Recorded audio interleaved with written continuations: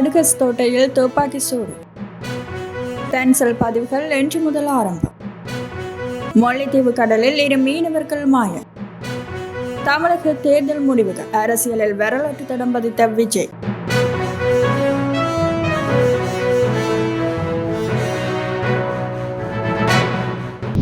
கண்டி கடுகஸ் தோட்டை குஹாகோட பகுதியில் துப்பாக்கி சூட்டு சம்பவம் ஒன்று பதிவாகியுள்ளது. இந்த துப்பாக்கி சூட்டில் காயமடைந்த நபர் கண்டி தேசிய வைத்தியசாலையில் அனுமதிக்கப்பட்டுள்ளதாக போலீசார் தெரிவிக்கின்றனர். காயமடைந்தவர் கண்டி தேசிய வைத்தியசாலையின் துப்புரவு பணி மேற்பார்வையாளர் என தகவல்கள் குறிப்பிடுகின்றன.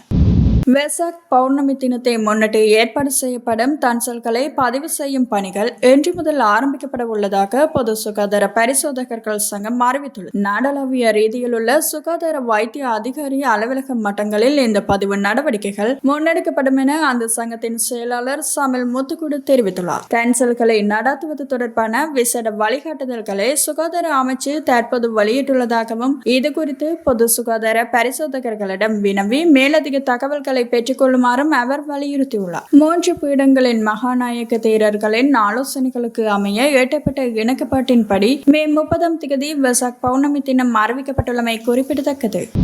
முல்லைத்தீவு கள்ளப்பாடு பகுதியில் இருந்து கடற்தொழிலுக்கு சென்ற 2 மீனவர்கள் காணாமல் போயுள்ளனர். நேற்று முன்தினம் காலை பகல் 10 மணி அளவில் கள்ளப்பாடு கடற்கரையில் இருந்து படகு ஒன்றில் கடல் தொழிலுக்காக குறித்த 2 மீனவர்களும் சென்றுள்ளனர். எனினும் நேற்று வரை அவர்கள் கரைக்கு திரும்பவில்லை என காணாமல் போன மீனவர்களின் உறவினர்கள் தெரிவிக்கின்றனர். இந்த நிலையில் குறித்த விடயம் தொடர்பில் உடனடியாக கடற்படையினருக்கு அறிவிக்கப்பட்டுள்ளதாக குறிப்பிடப்படுகின்றது. அதே நேரம் பிரதேச மீனவர்கள் இணைந்து படகுகளில் சென்று குறித்த கடற்பகுதியில் நேற்று தினம் தேடுதல் நடவடிக்கையில் ஈடுபட்டிருந்தனர். எவ்வாறாயினும் அந்த தேடுதல் முயற்சி தோல்வியடைந்ததுடன் இன்றும் தேடுதல் பணிகளில் ஈடுபட உள்ளதாக குறிப்பிடப்படுகின்றது.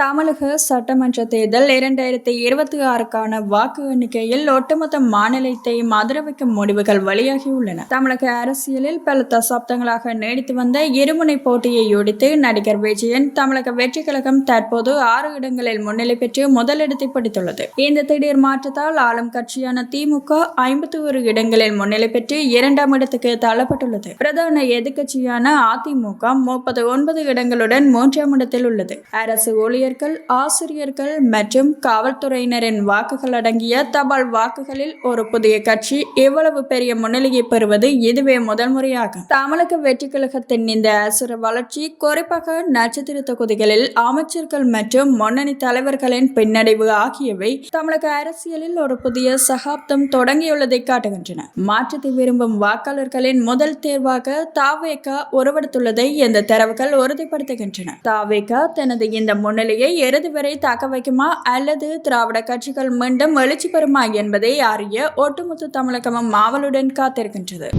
ஹோர்முஸ் நீரிணையில் தடுக்கப்பட்டுள்ள கப்பல்களை விடுவிப்பது தொடர்பில் அவதானம் செலுத்தப்பட்டுள்ளதாக அமெரிக்க ஜனாதிபதி டொனால்ட் ட்ரம்ப் தெரிவித்துள்ளார். எனவே ஹோர்முஸ் நீரிணை வழியாக செல்லும் கப்பல்களுக்கு பாதுகாப்பளிக்க அமெரிக்க படைகளை நிலைநிறுத்த திட்டமிட்டுள்ளதாகவும் அவர் குறிப்பிட்டுள்ளார். அதேவேளை ஈரானுடன் அமெரிக்கா மிகவும் ஆக்கப்பூர்வமான பேச்சுவார்த்தைகளை நடத்தி வருவதாகவும் அவர் சுட்டிக்காட்டியுள்ளார். இதன்படி இன்று காலை முதல் ஹோர்முஸ் நீரிணையில் தடுக்கப்பட்டுள்ள கப்பல்கள் மற்றும் அவற்றின் பணியாளர்களை பாதுகாப்பாக விடுவிக்க அமெரிக்கா தனது சிறந்த முயற்சிகளை மேற்கொள்ளும் என ட்ரம்ப் அறிவித்துள்ளார். பல கப்பல்களின் உணவுப் பொருட்கள் குறைந்து வருவதை கருத்தில் கொண்டு இந்த நடவடிக்கை எடுக்கப்பட்டுள்ளது. இந்த நிலையில் இன்று திங்கட்கிழமை மேற்கொள்ளப்பட உள்ள நடவடிக்கைகளில் எவரேனும் இடையூறு செய்தால் அவர்கள் மீது கடுமையான நடவடிக்கை எடுக்கப்படும் என்றும் அவர் எச்சரித்துள்ளார். ஹோர்முஸ் நீரிணை பகுதியில் கடந்த சில வாரங்களாக நிலவும் பதற்றம் காரணமாக பல சரக்கு கப்பல்கள் தடுக்கப்பட்டுள்ளன. எவ்வாறாயினும் அமெரிக்காவின் இத்தகைய தலையீடுகள் போர் நிறுத்த உடன்படிக்கையை மீறும் செயலாகும் என